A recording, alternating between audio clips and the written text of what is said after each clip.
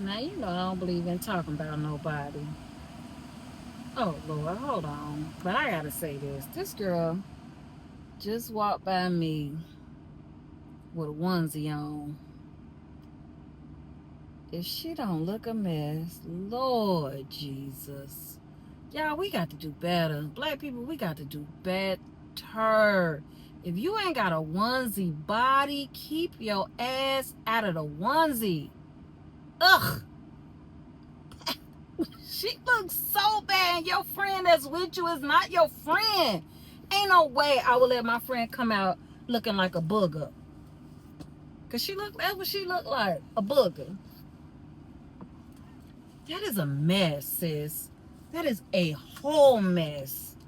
Rolls and bubbles in the front and the back. I got rolls and bubbles, but you don't need to be aware of them. Okay, that is all. Good morning. Happy day 120 of the 365 day vlog challenge. It is about 9:36 a.m. It is 9:36 a.m. We are headed to a luncheon, like a self-love luncheon. I think it's called self-love. One of my business buddies, this is her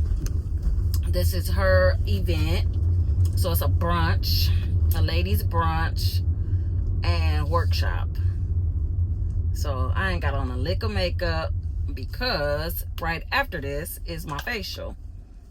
So we're gonna make it do what it do. I'm gonna get there actually early. I hope they ready because I am hungry now and I didn't eat anything. Yeah, you know you may not know. Today is a busy day. We have this brunch, then we have a facial, then we have the concert, Floetry concert this evening. So I'll take you along today as we go along. I'm not gonna hold you. See what this traffic talking about, and I'll call you back later. Bye. Isn't lost because you have a sponsor or an ad read. It's lost because of how you handle it and how you do the sponsorship or the ad read. So the 4-part sponsor read framework. Ladies, when are you ready to not live in high school? Oh, Gary. Yes. Almost every woman right now, 35 to 55, but also anyone who's listening that's 35 and under and 55 and older, and any dude that's listening, all have the same thing going on in this issue, which is they are not interested in living their most true, happy life. They are not interested in mitigating regret later because they're worried about the opinion of either literally the general public that they don't even know.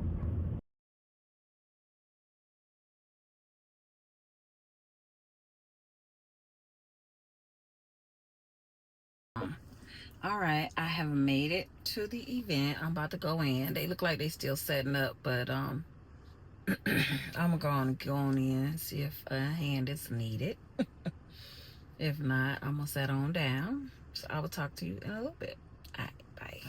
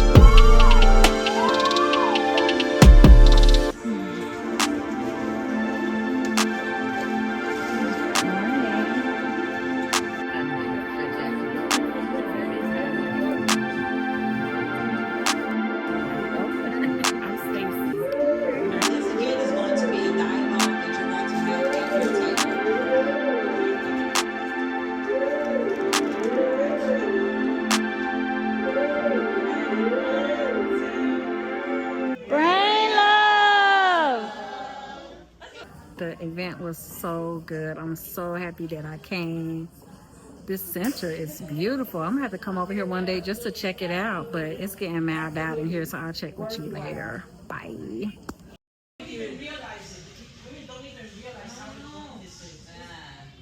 just learning myself. I'm under discovery mode now myself. All right, thank you. Wow. Good. Yeah, it's like a rejuvenating. Yes. Now you can go eat some good. Have some good to eat now. Oh gosh. And then this is such a nice center. They really did a good job. Thank you. And I might definitely have to come over here. The event was so freaking good. I'm like, can we have more? I just want more. It was so good. Take my little name tag off. Yes, it was exactly what I didn't know I needed. Yes, they have got to do this again. They have something else coming up, but this was just so excellent. The way I came in, I guess. Oh no, we don't know how to get out of here. Cause you know my sense of direction is what? Put it in the comments, trash. I'm gonna get it together though one day, Jesus. But today is not that what? Day. Okay, so we are headed to get our facial. It's 2:07. My appointment is for 2:30. So I have got time. Ooh.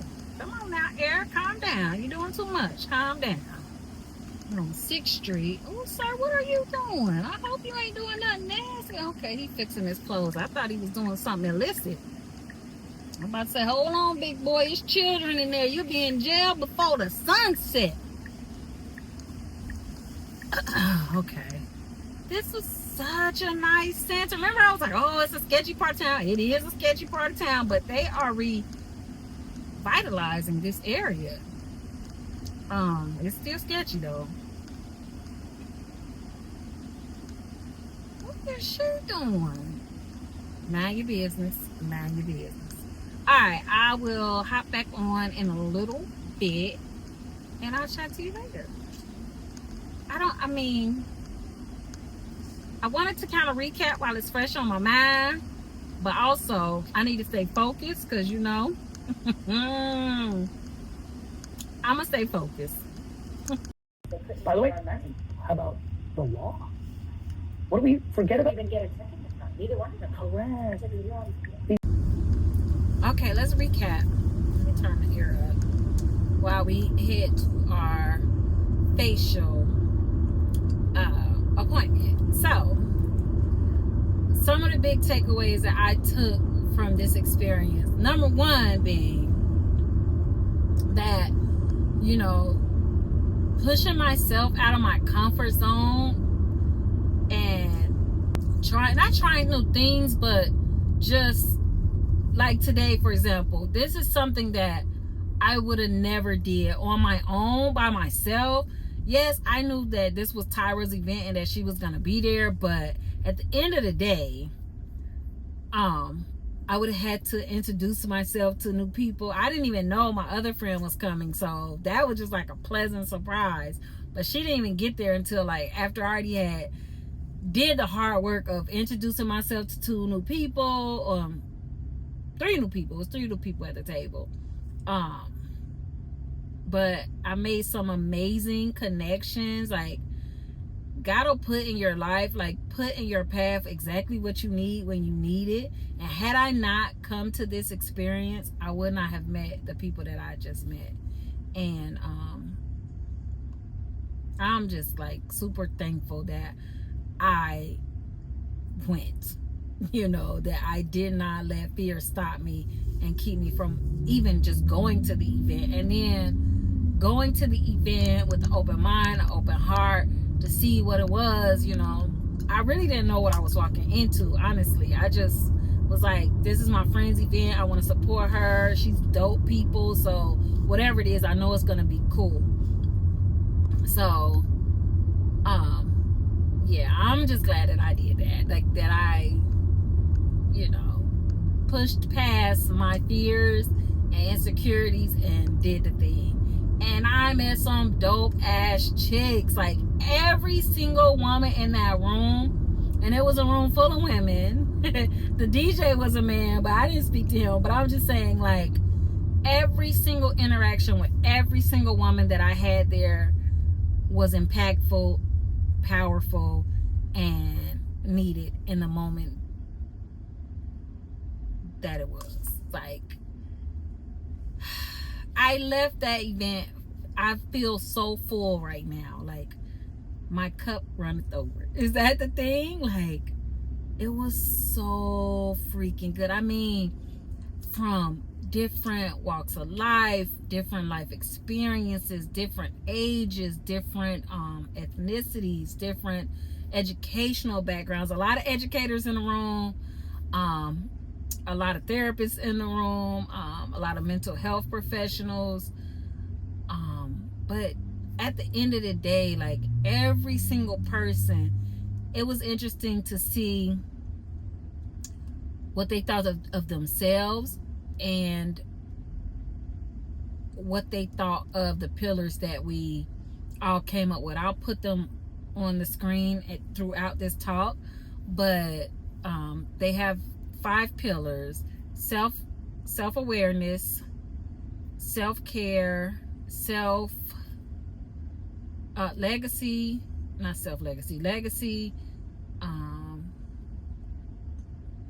I can't remember all of them off the top of my head, but there's 5 pillars. You'll see them on the screen.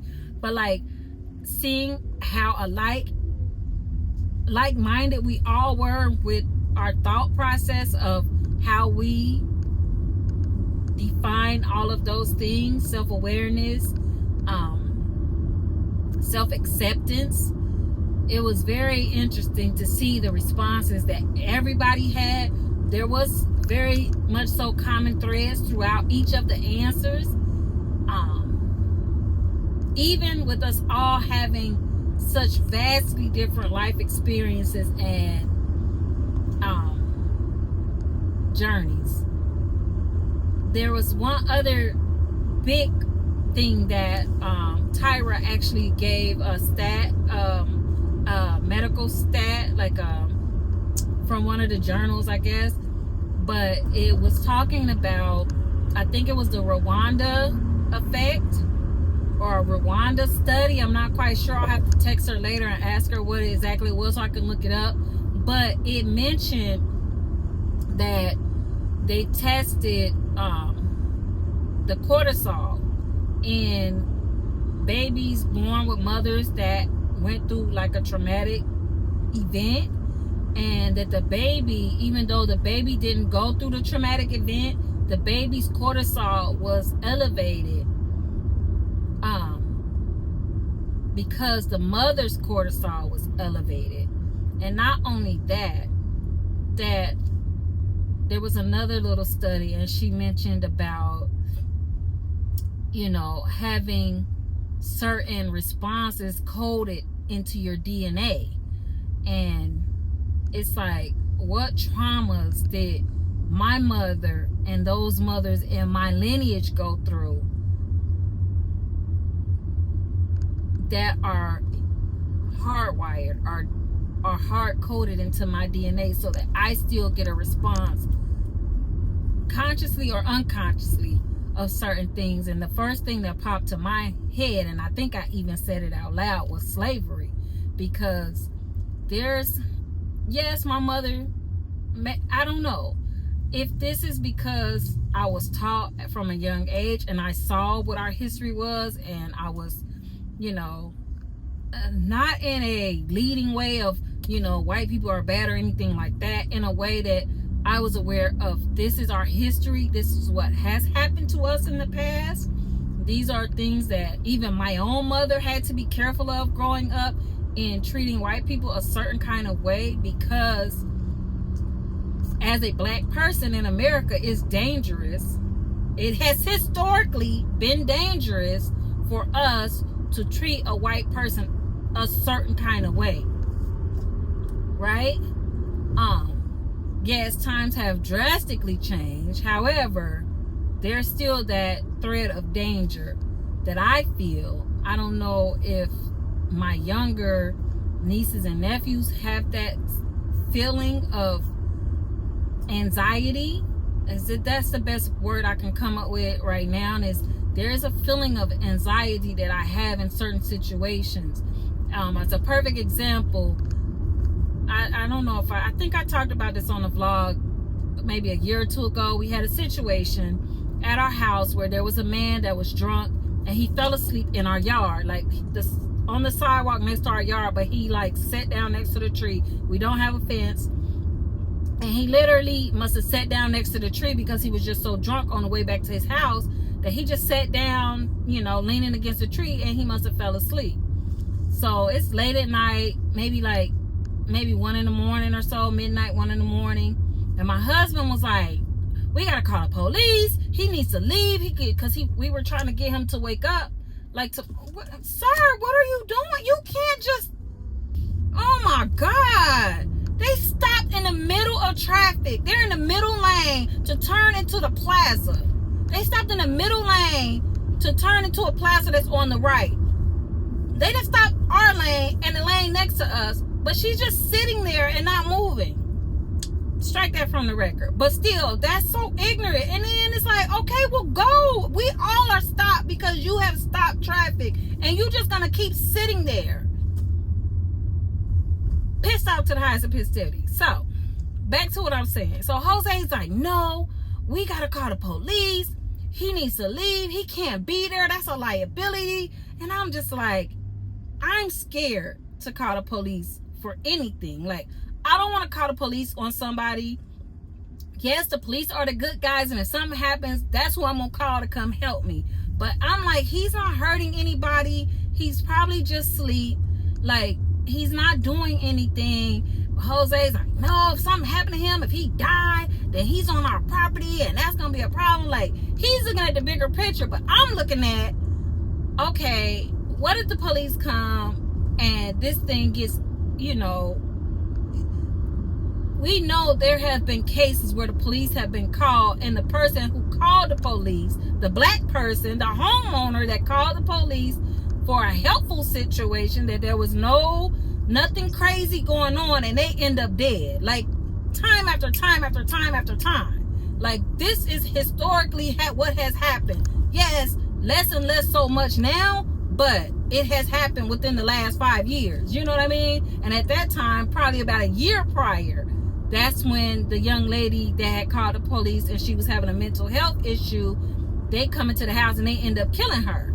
Right? That was like a year prior, not even a year. That was around the time that happened. So for me, I'm just like, I don't want to call the police on this man for no reason. Like, he's not bothering anybody. He may end up dead, or I may end up dead. You know what I mean? So for me, I was just like, calling the police is the bigger risk than that something is actually going to happen to this man. The only reason I went on ahead and said okay was because the man was unresponsive. Like, we were like banging on the window trying to get him to get up. We were flashing the lights. He wouldn't get up. He wasn't even moving. Like, we couldn't tell from inside the bedroom if he was passed out drunk or if he was actually in a crisis that he needed help.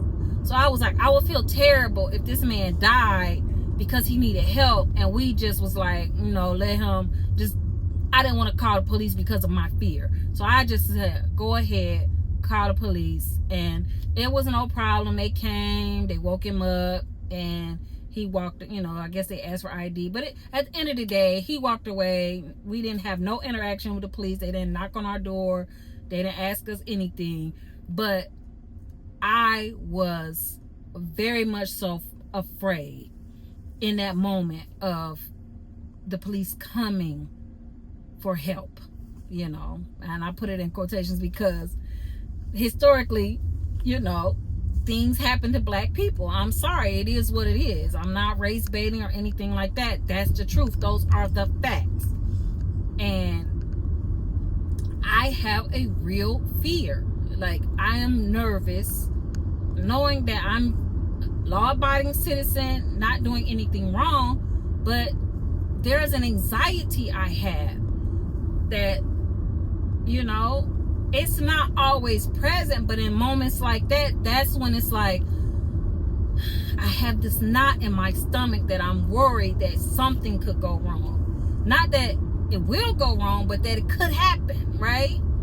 So that was one of the things that came up for me in the thing. Like, on a regular, everyday basis, you know, the police can get behind me and I'm heightened, my awareness is heightened, but I'm not like nervous or anything like that. That's not what it is. It's that, I hope I'm explaining this well and it's not coming off like I'm a crazy lady, but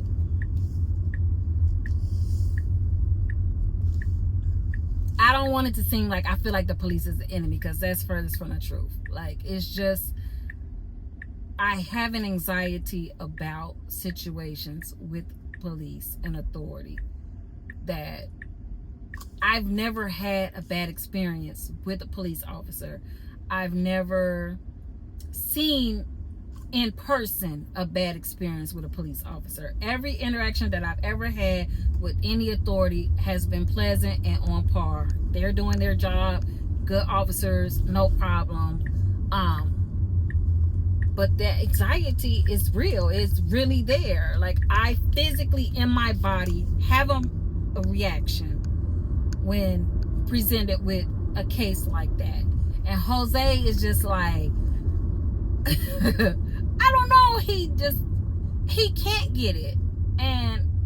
But you know, he's a brown person too. So I'm frustrated because he doesn't get it and he feels like I'm being ridiculous. Here go to Dream Studio space. Anyway, let me get off of that, but that's what came up for me. That was one example of, like, I feel like that fear and that anxiety is hard-coded into my DNA based on things that have happened to people that look like me in the past. Not necessarily something that I've ever experienced personally. I can even see things like that on TV and not have that reaction. You know, like, I can see fictitious scenarios like that and not have a reaction, and I can also see like things where the police really did do something wrong to somebody that looks like me and not have that reaction. But I think that's one of those things, and I could be wrong. It could just be because I've seen it and, you know, I'm programmed to think that way, and that's quite possible, but that's not what my belief is. Okay, Ford F-150, just take up space, brother.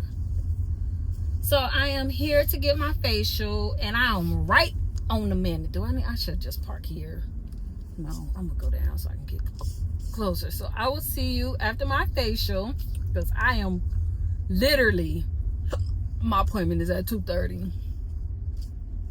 And it is exactly 2:30. Look at me getting this VIP parking right at the front door.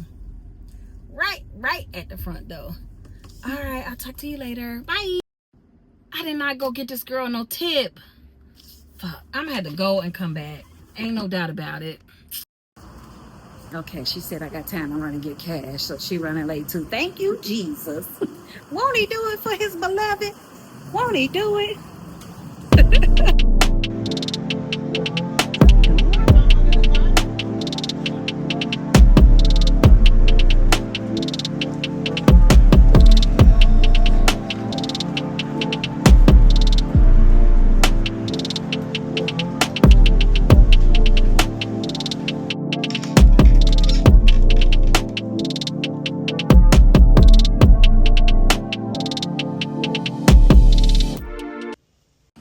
Now, you know I don't believe in talking about nobody.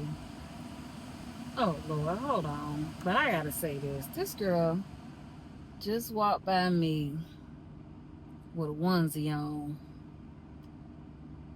If she don't look a mess, Lord Jesus. Y'all, we got to do better. Black people, we got to do better.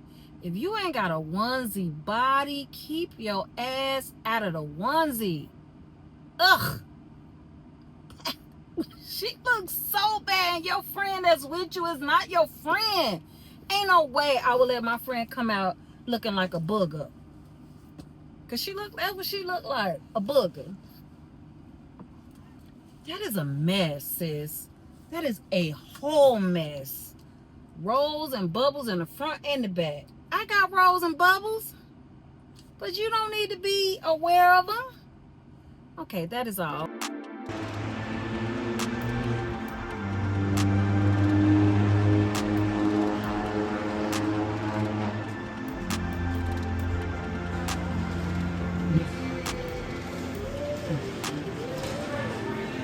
Good, how are you?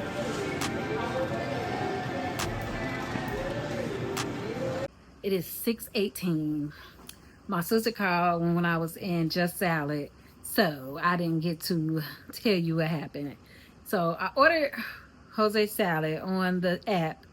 I get in there, it ain't ready, so I end up waiting in there for probably about 15 minutes to get my salad. While I was waiting, my sister called, so I just talked to her for the whole time.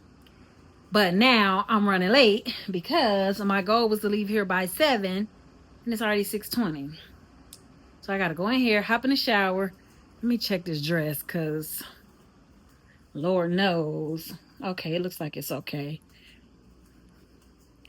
Yeah, I think it's all right. All right, let me go in here, hop in the shower, get myself pulled together so I can get out of the door. And traffic was heavy for it to be a Saturday. Yeah, it's fine. All right, I will see you in a little bit. Okay, we did good on time. It's 6:49 and we are pulling out. I just got on my little simple gray dress, bought my little colorful bag, and my pink Adidas that matches my bag. Even though I'm not a fashion girly at all. Let's just be clear. I'm not that girl. But I do like to coordinate. So we are heading out. And I am going to end the vlog here. You want to see a snippet of the concert, you're going to have to come tomorrow. Because when I get where I'm going, I'm going to have to edit this down. Because when I get home, I'm going to have to post it immediately. Because I realize I'm not going to get home until late. So good night. I will see you tomorrow on day 121 of the 365 day vlog challenge. Bye.